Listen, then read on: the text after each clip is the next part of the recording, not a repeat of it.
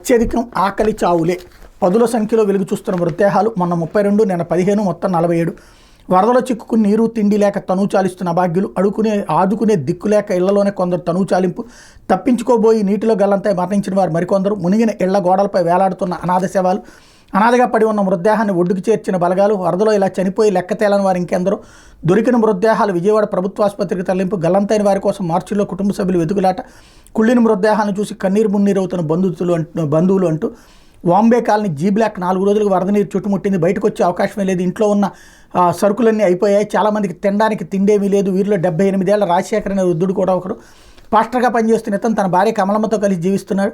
వయసు పైబడిన ఇద్దరు పలు అనారోగ్య సమస్యలతో బాధపడుతున్నారు. పూటకు మందులు వేసుకుంటూ జీవనం సాగిస్తున్నారు. ఒక్క పూట ఆహారం లేకపోతే షుగర్ స్థాయి తగ్గి నిరసించేవాడు.